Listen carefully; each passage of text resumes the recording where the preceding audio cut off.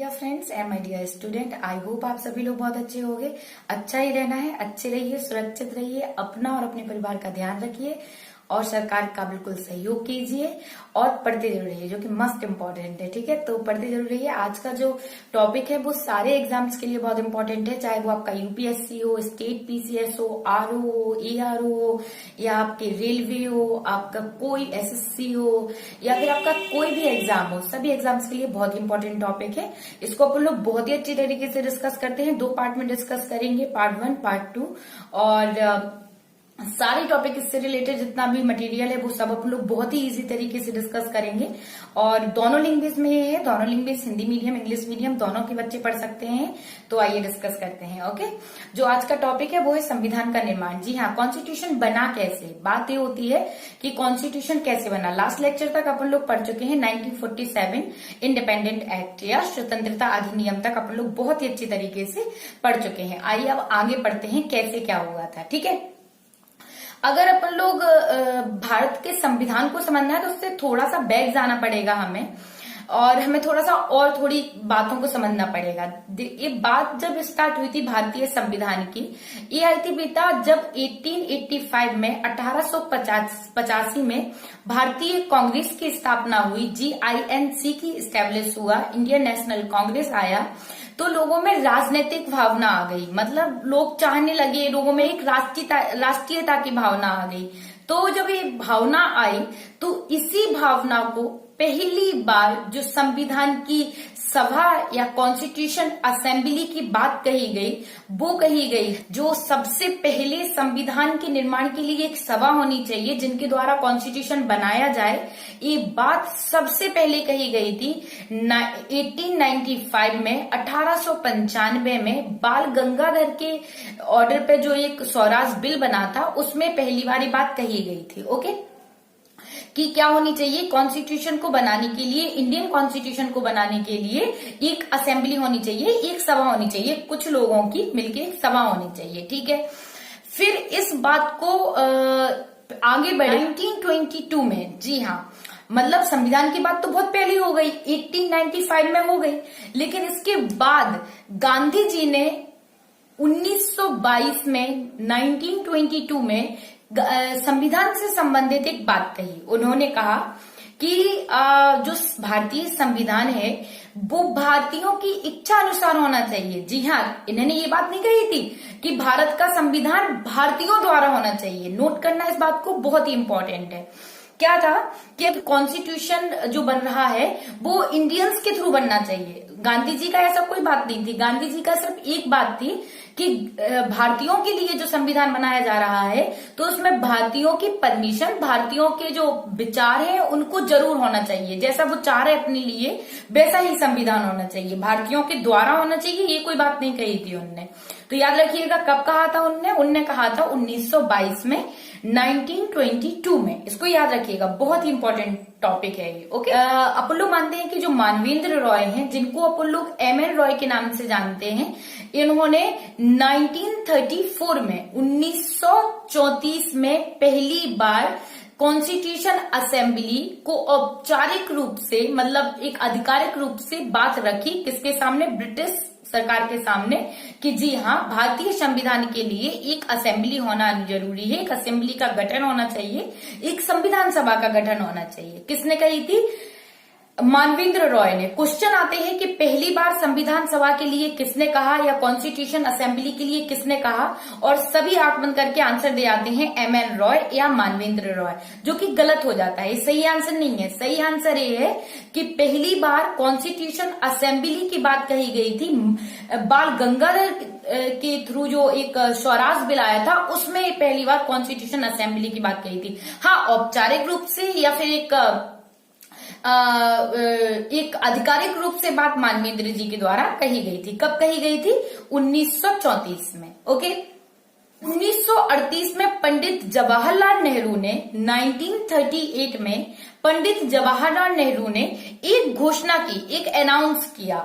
जैसे ही उन्होंने देखा कि अब कॉन्स्टिट्यूशन असेंबली की बात हो रही है, लोग एक्सेप्ट भी कर, अब लगता है कि सरकार इसको एक्सेप्ट कर लेगी, तो ये भी तो होना चाहिए कि कॉन्स्टिट्यूशन असेंबली हो कैसे। पता चला कि सारे के सारे लोग अंग्रेज आ गए और बस कॉन्स्टिट्यूशन बनाने लगे, तो वो तो अपने लिए, देखिए क्या होता है, हम अगर नियम बनाएंगे तो हम अपने हिसाब से बनाएंगे, आप अपने नियम बनाओगे तो आप अपने हिसाब से बनाओगे, और जब अपन लोग साथ में बैठ के नियम बनाएंगे तो क्या होगा कि सारी चीजों को ध्यान में रख के नियम बनेंगे। समझ में आई ना? तो उनको ये था कि अंग्रेज इतना ज्यादा डीपली नहीं सोच सकते इंडिया के बारे में, वो इंडियंस को ही पता है कि हमारे लिए कैसे नियम होने चाहिए। तो उन्होंने क्या कहा, जवाहरलाल नेहरू ने, पंडित जवाहरलाल नेहरू ने कब 1938 में कहा कि कॉन्स्टिट्यूशन जो असेंबली होगी वो इलेक्शन पे बनेगी, मतलब जो असेंबली के मेंबर चुने जाएंगे वो इलेक्शन पे चुने जाएंगे। जी हाँ, वयस्क मताधिकार पे जो असेंबली के सदस्य चुने जाएंगे वो इलेक्शन पे चुने जाएंगे।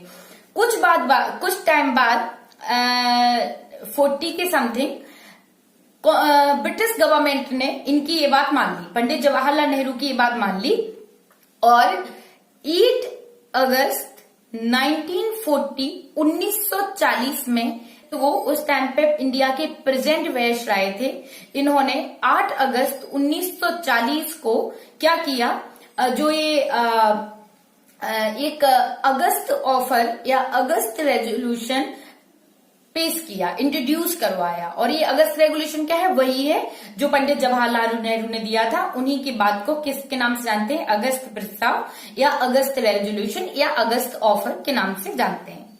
तो आप लोग इतना समझे, क्या समझे आप लोग कि कॉन्स्टिट्यूशन की फर्स्ट टाइम बात कही गई थी आपके स्वराज बिल में, सेकेंड बात कही गई थी गांधी जी ने कॉन्स्टिट्यूशन असेंबली की बात कही थी, थर्ड कही गई थी एक आधिकारिक रूप से मानवेंद्र रॉय ने, फोर्थ इसी बात पे पंडित जवाहरलाल नेहरू ने 1938 में एक अनाउंस किया था इलेक्शन से रिलेटेड। ओके, बात करते हैं कि जो लिंथगो आए, मतलब जो वायसराय जी आए, तो बातें हुई, और इसी टाइम पे आया एक इंडिया में ब्रिटिश सरकार ने सारी बातों को अच्छी तरीके से अगस्त ऑफर के थ्रू इंट्रोड्यूस करवाया और एक मिशन भेजा। जी हाँ, मार्च 1942 में एक क्रिप्स मिशन आया, सर स्टेफोर्ड क्रिप्स के हेड नेतृत्व में एक मिशन आया। कब आया?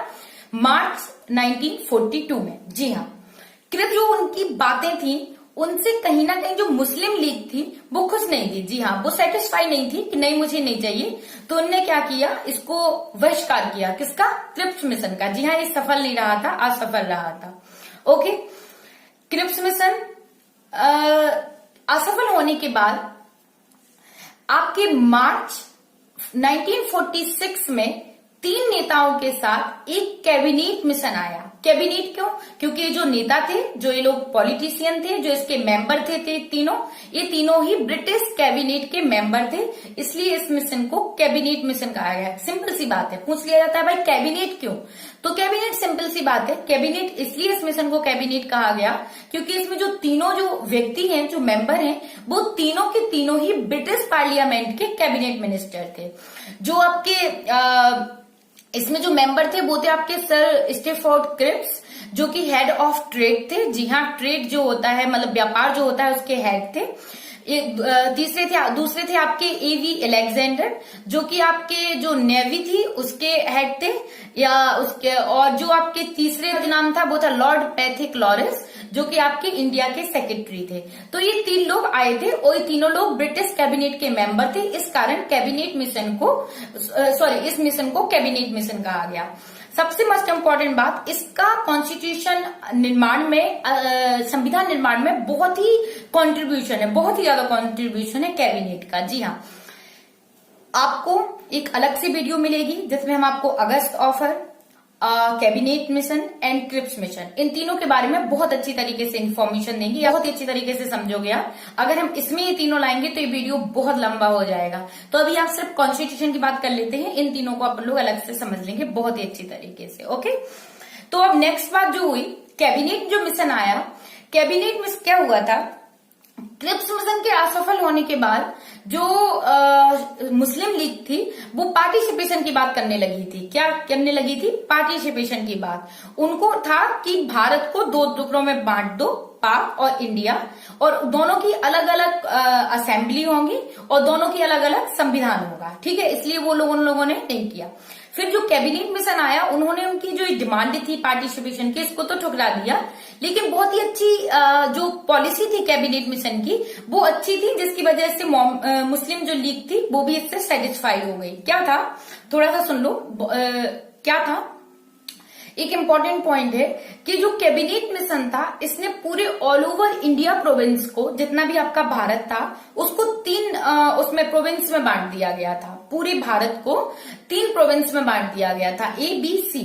तो जो बी प्रोविंस था उसमें आपका जो वेस्टर्न एरिया था, उत्तर और पश्चिम जो एरिया था, और सिंध को रख दिया गया था। और साथ ही इन्होंने कहा था कि अलग अलग प्रोविंस के अलग अलग हेड होंगे, प्रांत के अलग अलग हेड होंगे, और उनको वही लोग चुनेंगे, जो प्रांत के लोग हैं वही लोग उनको चुनेंगे। तो इसकी वजह से मुस्लिम लीग क्या हो गई थी, सेटिस्फाई हो गई थी कि चलो ठीक है, हम अपनी तरफ अलग रहेंगे, हम अपने नेता को खुद चुनेंगे। तो वो सेटिस्फाई हो गई थी। ओके, फिर क्या किया कि कैबिनेट जो मिशन था, इसने जो कॉन्स्टिट्यूशन असेंबली के जो मेंबर थे उनके लिए सीट डिसाइड करी 389 सीट डिसाइड करी कि जो कॉन्स्टिट्यूशन असेंबली के जो मेंबर होंगे, जो कॉन्स्टिट्यूशन बनाएंगे, उनके कितने लोग होंगे, वो 389 या 389 मेंबर होंगे। ओके, इसमें से फिर क्या किया, इसमें से डिवाइडेशन किया कि जो 389 तो ऑल ओवर है, जिसमें से आपके 296 आपके ब्रिटिश प्रोविंस के होंगे, मतलब जो ब्रिटिश भारत है उसके होंगे, मुस्लिम और हिंदू दोनों,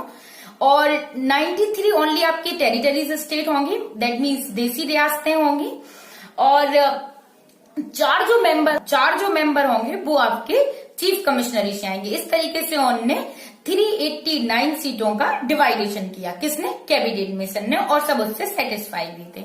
ओके, बट अब क्या हुआ, किसके लिए? कॉन्स्टिट्यूशन के लिए। कैबिनेट ने जो सीटें प्रोवाइड करी थी 389, इन सीटों का क्या हुआ, इलेक्शन हुआ। कब हुआ? जुलाई अगस्त 1946 में। ठीक है, इलेक्शन में क्या हुआ कि जो देसी रियासतें थी, जो यूनियन टेरिटरीज स्टेट, जो टेरिटरीज स्टेट थी, उन्होंने पार्टिसिपेट नहीं लिया। क्यों नहीं किया, पहले तो सुनिए।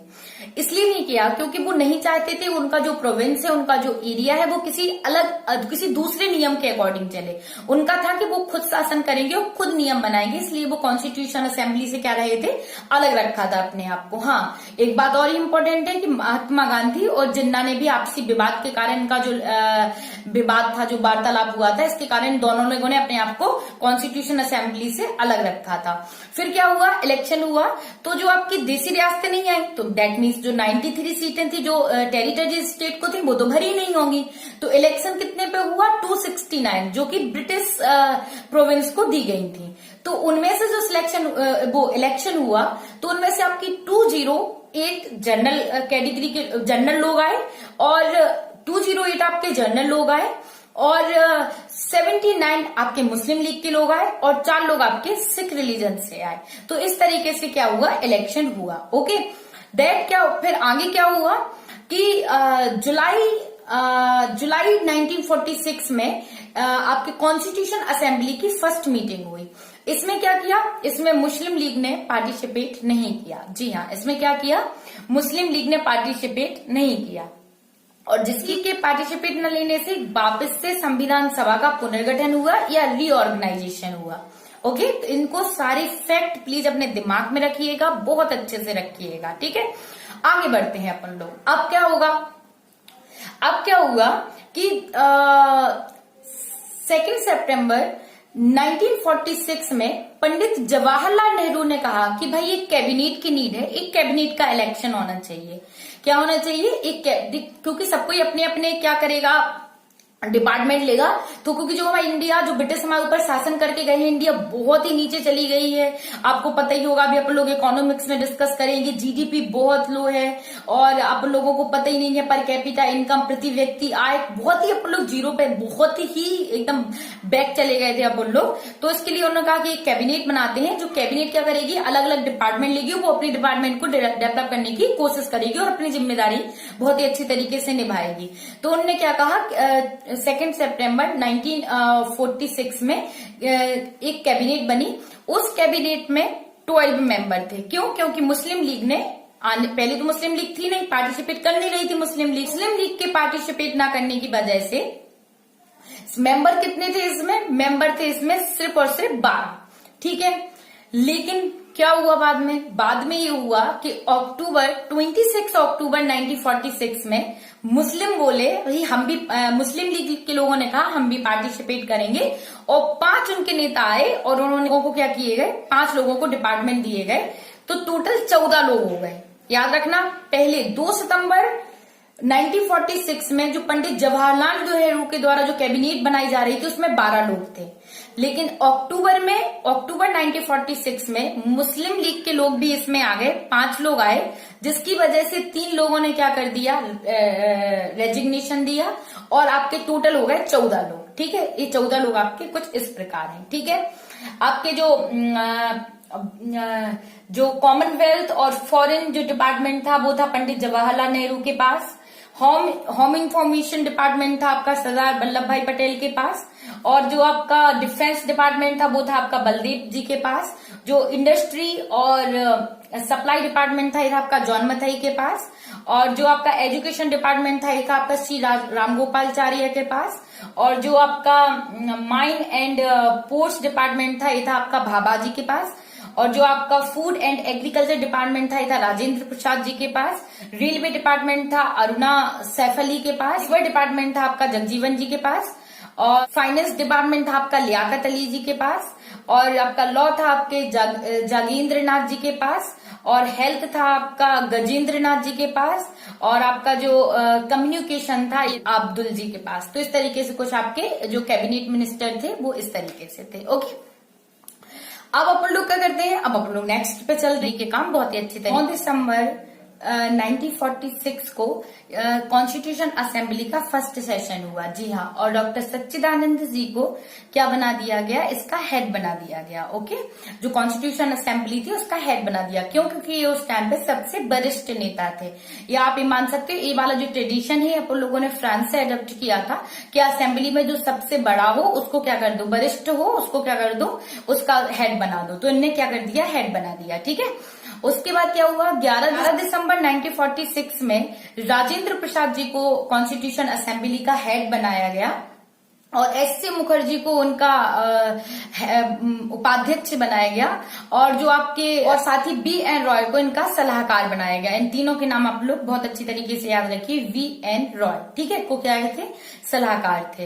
एस.सी. मुखर्जी उपाध्यक्ष और राजेंद्र प्रसाद जी अध्यक्ष। तो इस तरीके से 11 दिसंबर को ये 4 चीजें डिसाइड हुई 1946 में। ठीक है, फिर क्या हुआ, 13 दिसंबर 1946 जवाहरलाल नेहरू जी ने जो 13 दिसंबर 1946 को जो संविधान का उद्देश्य प्रस्ताव पेश किया, उस उद्देश्य के कुछ निम्नलिखित कुछ इस प्रकार के कारण थे कि उन्होंने कहा कि जो इस संविधान के द्वारा जो भारत होगा वो स्वतंत्र और संप्रभु गणराज्य होगा। जी हाँ, पूरी तरीके से स्वतंत्र होगा, नियमों के अनुसार लोग बिल्कुल फ्री रहेंगे अपने काम करने के लिए, और जो संप्रभु का मतलब होता है इसके ऊपर कोई और सत्ता नहीं होगी, भारत की सत्ता भारतवासियों के हाथ में होगी। ओके, इस तरीके से उन्होंने ये उद्देश्य दिया। इन्होंने दूसरी बात कही कि देश की, भारत की जो अन्य पड़ोसी देश लगे हुए हैं उनकी सीमा के साथ साथ जो देश के अंदर जो राज्यों की सीमा का बंटवारा होगा वो भी संविधान के नियमों के अनुसार होगा। नेक्स्ट जो सबसे इंपॉर्टेंट बात थी वो समानता। जी हाँ, भारत में अनेक धर्म के लोग रहते हैं, हिंदू मुस्लिम सिख ईसाई, तो सभी के धर्मों में समानता होगी, सभी को अपनी बात कहने की समानता होगी, हर चीज की समानता का अधिकार होगा सभी को। दूसरी उन्होंने बात कही, वो कहा कि जो अल्पसंख्यक लोग हैं वो अपने आप को अनसिक्योर फील ना करें, और उनके लिए पर्याप्त, जो पिछड़े वर्ग के लोग हैं और जो अल्पसंख्यक लोग हैं उनके लिए पर्याप्त सुरक्षा की व्यवस्था की जाएगी। इसके साथ ही क्या हुआ, जो सेकंड सेशन आया कॉन्स्टिट्यूशन असेंबली के सेकंड सेशन में मतलब 22 जनवरी 1947 को सबने एक साथ इस प्रस्ताव पर सहमति दी और इसको क्या कर लिया गया, एक्सेप्ट कर लिया गया नेहरू जी के प्रस्ताव को। ओके, एंड देन क्या हुआ, ये कुछ समितियों का गठन किया गया जो कि सबको एक अलग अलग, जैसे संघ और संविधान की जो समिति थी वो पंडित जवाहरलाल नेहरू जी को दी गई। इसके सारे कार्यभार पंडित जवाहरलाल नेहरू संभालेंगे। जो आपकी प्रारूप, जो कि सबसे महत्वपूर्ण समिति है, प्रारूप की समिति थी, वो आपके भीमराव अंबेडकर जी को दी गई। जी हाँ। और जो आपके कार्य संचालन किस तरीके से कार्य करेगी संविधान सभा, इसकी जो किस तरीके से कार्य करेगी संविधान सभा, ये आपकी के.एम. मुंशी जी को दी गई। जबकि जो झंडा समिति थी वो जे.के. कृपलानी जी को दी गई। और जो आपकी प्रक्रिया समिति थी या वार्ता समिति थी, किस तरीके से प्रक्रिया होगी, क्या वार्ता होगी, ये राजेंद्र प्रसाद जी के पास थी। और जो सबसे इंपॉर्टेंट समिति थी वो थी प्रारूप समिति। जी हाँ, जिसकी स्थापना 29 अगस्त 1947 में की गई थी, जो कि बहुत ही इंपॉर्टेंट थी। ठीक है, कि कैसे प्रारूप तैयार करना है। ठीक है, इसके जो अध्यक्ष थे वो आपके अम्बेडकर साहब थे, बल्कि इसके जो और अन्य सदस्य थे वो इस प्रकार थे। ओके, आप लोग देख पा रहे हैं, इस प्रकार थे। ओके, प्रारूप समिति के क्वेश्चन पूछा जाता है कि टोटल प्रारूप समिति की कितनी बैठकें या कितनी मीटिंग हुई थी, तो आपका आंसर होगा 244। जी हाँ, की गई थी। ओके, फिर क्या हुआ कि संविधान में कुल आपके 11 सेशन, जी हाँ 11 सेशन और 165 मीटिंग्स की गई थी। संविधान की जो प्रारूप समिति, तो आप कहोगे भी 244 बता रही हूँ, वो एक सिर्फ इंडिविजुअली प्रारूप समिति की बात है, हम ऑल ओवर पूरे संविधान की बात कर रहे हैं। तो उसके लिए पूरे संविधान की कितनी बैठक की गई थी, 165 बैठकें मीटिंग की गई थी। और आपके 11 सेशन किए गए थे। संविधान को बनने में 2 साल 11 महीने और 18 दिन का टाइम लगा था पूरे संविधान को विधि विस्तार से बनाने के लिए।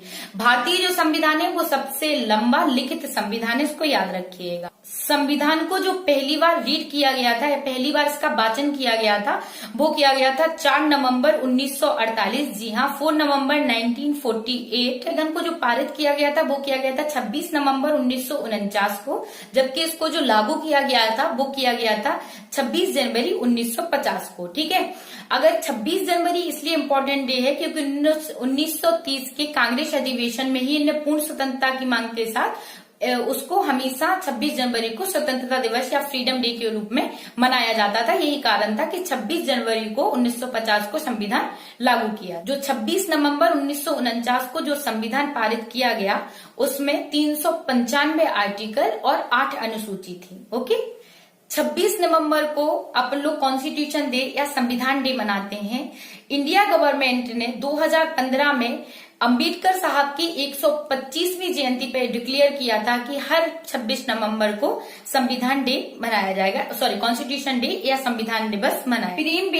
प्रेम बिहारी रायजादा ने मूल संविधान को इलेक्ट्रिक लैंग्वेज में लिखा था और शांति निकेतन के लोगों ने इसको सजावट की थी इसकी संविधान को अंतिम रूप देने से पहले कुल 2000 संशोधन या अमेंडमेंट्स किए गए। इसलिए प्लीज आप लोग ध्यान से समझिएगा। आई होप आप लोगों को ये टॉपिक समझ में आया होगा। जो भी प्रॉब्लम हो प्लीज आप लोग हमसे पूछ लीजिएगा। धन्यवाद।